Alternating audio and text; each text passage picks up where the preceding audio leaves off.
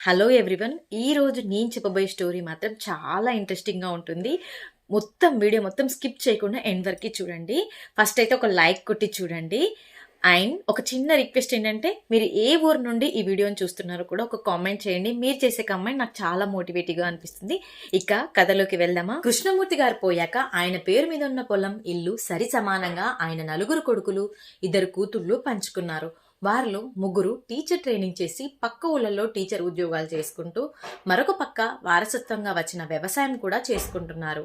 అయితే అంతంత మాత్రం చదువు అబ్బినా గోవిందరావుకు ఆ ఊళ్ళోనే ఉండి పొలం పనులు చేసుకోక తప్పలేదు. గోవిందరావుకు ఒక పక్క పెద్దగా చదువు లేకపోవడం, మరొక పక్క అదుపు తప్పిన సంతానం వల్ల అతని వాటాకొచ్చిన పొలం మీద ఆదాయం అతని అవసరాలు తీర్చకపోగా అరకొర జీవితాన్ని లాగించేస్తున్నాడు. అతనికి మగ సంతానం లేదు. అందరూ ఆడపిల్లలే. కళ్ళ ముందు నలుగురు ఆడపిల్లలు తాటి చెట్టులా ఎదిగిపోతూ ఉంటే గోవిందరావుకు చెప్పలేనంత దిగులు పట్టుకుంది. అతనికి అన్నదమ్ములతో సరైన సంబంధాలు లేవు. అహంకారం పాళ్ళు ఎక్కువ. తనంత తెలివిగలవాడు ఈ ఊళ్ళోనే లేనట్టుగా తల ఎగిరేసి మాట్లాడుతూ ఉంటాడు. ఐశ్వర్యం చాలదన్నట్టు అతనికి పేకాట పిచ్చి కూడా ఉంది. దాంట్లో ఎంతో డబ్బు పోగొట్టుకున్నాడు. ఈ మధ్య కాలంలో కొంత పొలం కూడా కరిగిపోయిందని అందరూ అంటూ ఉన్నారు. అందరూ ఒకే ఊళ్ళో పెరిగినా ఎందుకో గోవిందరావు పద్ధతి అతని అన్నదమ్ములకు సరిపోకపోవడం వల్ల అతని పరిస్థితి తెలిసినా సహాయం చేయడానికి ఎవరూ ముందుకు రావడం లేదు. పూరిల్లు అన్న నానాడుగా ఒక చిన్న ఇల్లు సొంతమైనా కూడా ఎప్పుడూ అమ్మేలా అని చూస్తూ ఉన్నాడు. అంత పెద్ద సంసారాన్ని పోషించడానికి ఇల్లు పొలం ఆశగా చూపించి ఊరంతా అప్పులు చేసేవాడు. గోవిందరావు తన అప్పులు తీర్చడానికి మొహం చాటిస్తూ ఉంటే వేరే దారి లేక అప్పులు ఇచ్చిన వాళ్ళు అతని అన్నదమ్ముల ఇళ్ల దగ్గర కాపలా కాసి మీరు తర్వాత చూసుకోండి, మీ గోవిందరావు చేసిన అప్పులు కొంతైనా మీ నెత్తిన వేసుకొని తీర్చకపోతే మీ ఊళ్ళో మీ పరువులు దక్కవు. ఆ తర్వాత రౌడీలు వచ్చి మీలో ఎవరికైనా ప్రాణహామి తలబడితే తర్వాత మమ్మల్ని ఏమీ అనడానికి వీల్లేదు అంటూ చాలాసార్లు హెచ్చరించడం జరిగింది. మా గోవిందరావుతో మాకెప్పుడూ తెగతెంపులు అయిపోయాయి.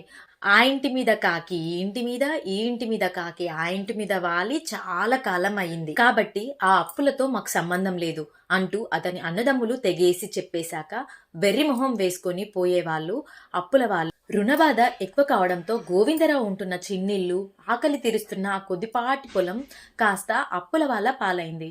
ఆ పక్కనే ఎవరో జాలిపడి వాళ్ళ ఇంట్లో ఒక గది ఇచ్చి ఆ కుటుంబాన్ని తలదాచుకోమన్నారు. కళ్ళ ముందు నలుగురు ఆడపిల్లలు కనిపిస్తూ ఉంటే వాళ్ళ పెళ్లి మాట దేవుడెరుగు. వాళ్ళందరినీ సాధడమే తలకు మించిన పనిగా ఉంది. అప్పటికి పెద్ద పిల్ల పక్కింటావిడ ఇంట్లో కుట్టు మిషన్ మీద జాకెట్లు కుడుతూ వాళ్ళిచ్చేది. 10 పరక తీసుకొని ఇంట్లో సాయం అందిస్తుంది. ఇంకో పిల్ల అప్పడాలు వత్తి చుట్టుపక్కల వాళ్లకు అమ్ముతుంది. ఈ పరిస్థితులు అన్నీ చూశాక గోవిందరావు భార్య అవమానంతో జబ్బు తెచ్చుకుంది, మంచాన పడింది. రోజులు భారంగా గడుస్తున్నాయి. పిల్లల పెళ్లిళ్ళు ఎప్పుడు చేస్తారు? అలా ఊరు మీద పడి తిరుగుతూ ఉంటే ఆకతాయి పిల్లలు ఊరుకుంటారా? మీ అన్నదమ్ములు బాగానే ఉన్నారు కదా, వాళ్ళ కాళ్ళు పట్టుకొని డబ్బులు అడిగి పిల్లల పెళ్లిళ్ళు చేయవయ్య బాబు అంటూ కనపడిన ప్రతి వారు గోవిందరావుకు గుర్తు చేస్తూనే ఉన్నారు. అందరూ కలిసి ప్రాణాలు తీసుకోవడానికైనా సిద్ధంగా, కానీ నా అన్నదమ్ములను దేహి అని అడుక్కోవడం నాకు ససిమీరా ఇష్టం లేదు అంటూ సలహా ఇచ్చిన వాళ్ళ మొహం మీదే దురుసుగా చెప్పేసేవాడు. ఎవరైనా ఆ కుటుంబం మీద జాలిపడి సాయం చేద్దామంటే అగ్నిగుండాన్ని చల్లార్చడానికి ఎన్ని బిందెల నీళ్లు పోస్తే మాత్రం చల్లారుతుంది అనే ధోరణిలో తటస్థంగా ఉండిపోయేవాళ్ళు. పైగా ఊరంతా అప్పులు చేసి ఉన్న ఇల్లు పొలము అమ్ముకొని రోడ్డు మీద పడ్డారన్న బాధతో ఉండడంతో గోవిందరావు భార్య కూడా ఏదైనా చిన్న పని ఉంటే చూపిద్దామనుకుంటే అవమాన భారంతో అందుకు గోవిందరావు పెళ్ళాన్ని బయటకు పంపడానికి ఒప్పుకునేవాడు కాదు. చాలా కాలంగా ఆ ఊరు సర్పంచ్ గోవిందరావును గమనిస్తూ వస్తున్నాడు. ఆర్థిక సమస్యల వల్ల పిల్లల చదువులు ఆపేశాడని, సరైన బట్టలు కూడా కొనలేకపోగా రోజువారి భోజన కార్యక్రమాలు చూడడమే అతనికి కష్టమైపోతుందని తెలిసి జాలిపడి తనకు తెలిసిన ఒక రాజకీయ పార్టీ దగ్గర ఉద్యోగాన్ని ఇప్పించాడు. గోవిందరావు చేయవలసింది ఏంటంటే ఆ పార్టీకి ఒక కార్యకర్తగా పనిచేయడం, జెండాలు కట్టించడం మొదలుకొని ఎప్పుడైనా రాజకీయ సభలు నిర్వహించినప్పుడల్లా ప్రజలకు డబ్బుల ఆశ చూపించి జన సమీరణ చేయడం, అవతల పార్టీ వాళ్లతో మంతనాలు చేసి తమ పార్టీలోకి తీసుకురావడం అన్నమాట. గోవిందరావుకు అప్పగించిన పని బాగానే చేసుకుంటూ పోతున్నాడని అనిపించి ఆ పార్టీ వాళ్ళు అతన్ని వేరే ఊళ్ళకు కూడా పంపుతూ అతన్ని ప్రచార సాధనంగా వాడుకోవడం మొదలుపెట్టారు. ఇప్పుడు అతని చేతిలో డబ్బులు బాగానే ఆడుతున్నాయి. దాంతో అతనికి తనకి విపరీతమైన నమ్మకం ఏర్పడింది. ఇప్పుడు అతనికి తన ముందు ఉన్న కర్తవ్యం ఎడాపెడా బాగా డబ్బులు సంపాదించి ఆడపిల్లల పెళ్లిళ్లు చేయడం. ఒక సంవత్సరం గడిచింది. ఇప్పుడు గోవిందరావు ఆ పార్టీకి ప్రధాన కార్యకర్తగా ఉంటూ తన కింద మరో 4 అనుచరులను పెట్టుకున్నాడు. పార్టీ కార్యక్రమాలతో పగలు రాత్రి అనక ఎన్నో ఊళ్ళు తిరుగుతున్నాడు. నాన్నా, నీకోసం ఎవరో పార్టీ వాళ్ళు వచ్చారు. నువ్వు ఎక్కడో ప్రచారం కోసం వేరే ఊళ్ళో ఉన్నావని చెప్పాను. ఒక బుట్టడు పళ్ళు కూడా ఇచ్చి మళ్ళీ వచ్చి కలుస్తామని చెప్పి వెళ్ళిపోయారు అని పబ్లిక్ ఫోన్ నుండి గోవిందరావుకు పెద్ద కూతురు మెసేజ్ అందించింది. ఆ రోజు నుండి ఎవరెవరో ఇంటికి వస్తున్నారు.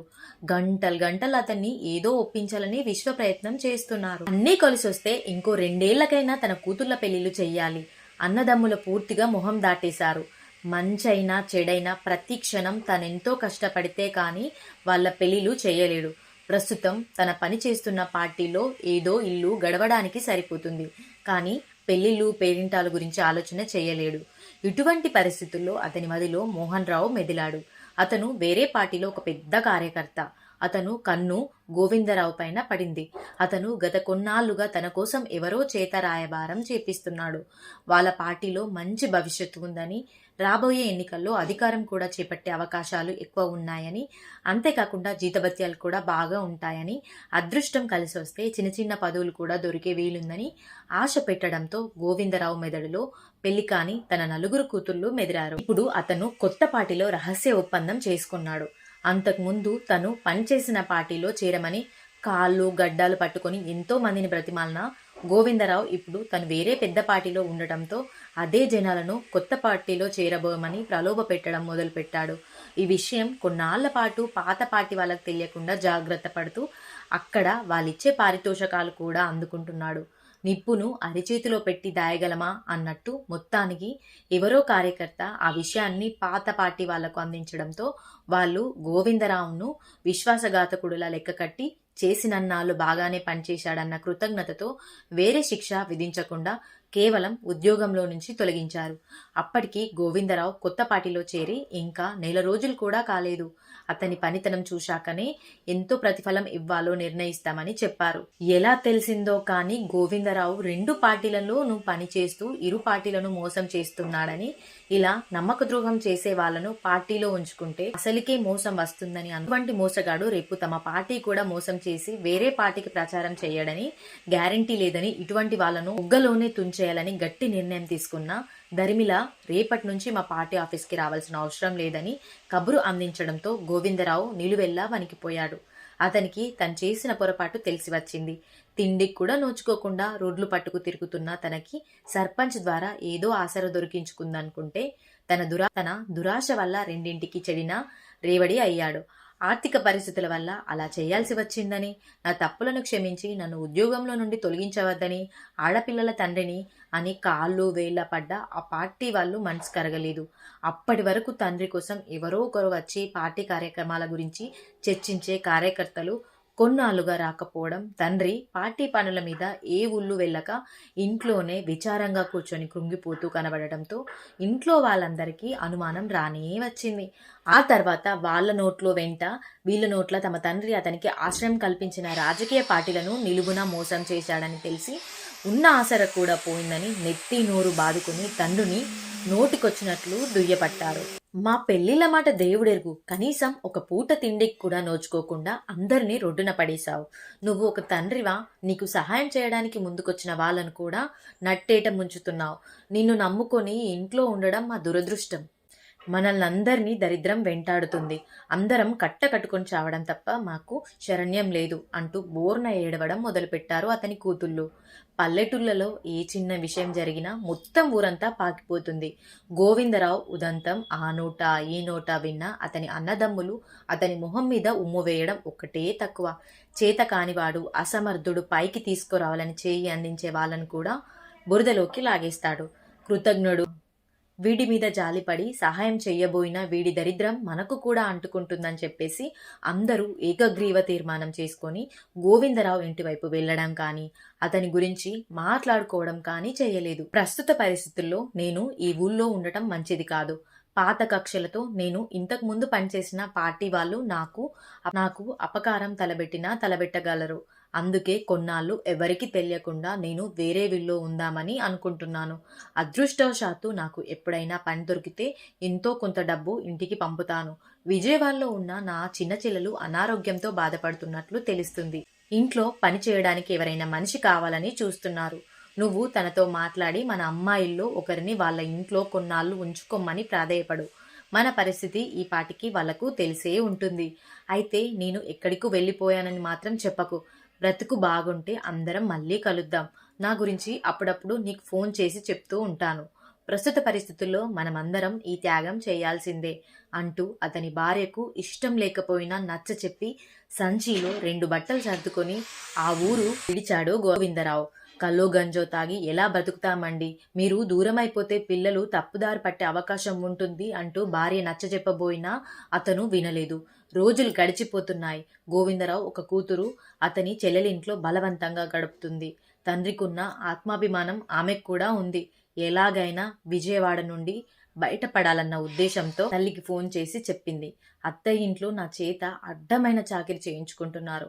మన ఊళ్ళో అడుక్కు తినైనా ఉంటాను కానీ ఈ ఊళ్ళో ఉండలేకపోతున్నానంటూ చెల్లెలు బావగారు గోవిందరావు విషయం అర్థం చేసుకొని ఏదో రకంగా సహాయపడాలన్న అర్థం లేని అహంకారంతో వాళ్ళింటికి పంపించిన కూతుర్ని వెంటనే వెనక్కి రప్పించుకున్నారు. కొన్నాళ్ల తర్వాత సర్పంచ్ గారి కూతుళ్ల పెళ్లి తిరుపతిలో పెట్టుకోవడంతో వాళ్ళ కుటుంబం మొత్తం తిరుపతి బయలుదేరింది. పెళ్లి కార్యక్రమం అంతా పూర్తయ్యాక బంధువులందరూ తిరుమల కొండపైకి దర్శనానికి ఏర్పాటు చేసుకున్నారు. ఆ రోజు కొండ మీద ఏదో ఒక హోటల్లో గోవిందరావుని సర్వర్ అవతారంలో చూసి సర్పంచ్ సుబ్రహ్మణ్యం ఆశ్చర్యానికి అంతులేదు. ఏమిటోనయ్యా దురదృష్టం, నిన్ను తరిమి కొడుతుంది. ఉన్న ఊళ్ళో ఏదో 3 ఎకరాల పొలం, చిన్న ఇల్లు ఉన్నాయంటే వాడిని చెడు స్నేహాలు పేకాట మరిగి అమ్మేసుకున్నావు. ఒక పూట గడవడానికి కూడా ఇబ్బందులు పడుతున్నావని తెలిసి నాకు తెలిసిన రాజకీయ పార్టీల్లో చేర్పిస్తే డబ్బుకు కక్కుర్తిపడి అక్కడ కూడా దెబ్బతిన్నావు. నువ్వు ఊరు నుండి కుటుంబాన్ని వదిలేసి వెళ్ళిపోయావని తెలిసి నీ సోదరుల మాటలేమో కానీ మిగతా జనం తనలో తన మాట చెప్పుకున్నారు. అయిందేదో అయింది. మా ఊరివాడివి కాబట్టి చూస్తూ ఊరుకోలేం కదా. నాతో పాటు వచ్చే నా పొలంలో పని ఇస్తాను. తిండికి ఇబ్బంది లేకుండా గడిచిపోతుంది. నీ అదృష్టం బాగుంటే అక్కడే ఒక కుంట పొలం కొనుక్కుందు. కానీ నీ బుద్ధి బాగుంటే ఆ తర్వాత నీ పిల్లలు పెళ్లిళ్ళు కూడా అయిపోతాయి అంటూ గోవిందరావుపై జాలిపడి సలహా ఇచ్చాడు. సర్పంచ్ సుబ్రహ్మణ్యానికి దొరికిపోయినందుకు గోవిందరావు మొహం మాడిపోయింది. ఒక రకంగా తను తిరిగి వెనక్కి వెళ్లడం ఇష్టం లేదు. అయ్యా సర్పంచ్ గారు, మీరు దయార్థమైన హృదయులని నాకు తెలుసు. ఇప్పటికే మీరు నాకెంతో చేశారు. ఇంకా మిమ్మల్ని ఇబ్బంది పెట్టదలుచుకోలేను. కొన్నాళ్ళు నా మొహం ఊళ్ళో ఎవ్వరికీ చూపించదలుచుకోలేదు. ఇలాగే కష్టపడాలని నిర్ణయించుకున్నాను. చేసి నేను ఇక్కడ హోటల్లో బతుకుని వెళ్ళబోస్తున్నానని మన ఊళ్ళో ఎవ్వరికీ తెలియనివ్వకండి. నేను క్షేమంగానే ఉన్నాను అని మా వాళ్లకు అప్పుడప్పుడు ఫోన్ చేసి చెప్తున్నాను. నేను కనుక మన ఊరు వచ్చానంటే మన ఊరు వాళ్ళు నన్ను మళ్ళీ బురదలోకి లాగేస్తారు. నా బుద్ధి కూడా అంతే. మీకు ఏదైనా మా కుటుంబానికి చేయాలి అనిపిస్తే ఎప్పుడైనా ఒక బస్తా బియ్యం ఇంట్లో వేయించండి. మీ సహాయాన్ని మా వాళ్ళు ఉంచుకోరు. మా పిల్లలు మా ఆవిడకు మీ పొలంలో ఏదో ఒక పని అప్పగించండి. ఆ భగవంతుడు నా రాత ఎలా వ్రాసాడో తెలియదు.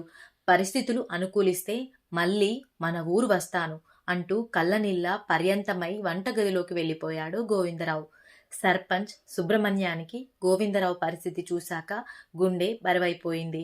ఏమీ తోచని దిక్కులేని పరిస్థితుల్లో అతన్ని అక్కడి నుండి వదిలేసి వెళ్ళిపోయాడు సర్పంచ్. చాలా కాలం తర్వాత ఎవరి ద్వారో ఓ ఊళ్ళో తెలిసింది గోవిందరావు మనసును నిండా ప్రలక్షణ చేసుకొని తిరుమలలో ఆ భగవంతుని సన్నిధిలో ఏదో కొలువు సంపాదించి పల్లెటూరులో ఉన్న తన కుటుంబాన్ని కూడా తన దగ్గరికి రప్పించుకొని జీవితంలో తను సాధించాల్సిన మంచి పనుల నిమిత్తం అన్నీ సాధించి ముందుకు పోయాడు. అక్కడ 4 పిల్లల పెళ్లిళ్ళు చేసి ఇప్పుడైతే సంతోషంగా గడుపుతున్నాడు. ఈ కథ ఇంతటితో సమాప్తం. ఇలాంటి మరిన్ని ఇంట్రెస్టింగ్ స్టోరీస్ కోసం వీడియోను లైక్ చేసి సపోర్ట్ చేయండి. Thank you.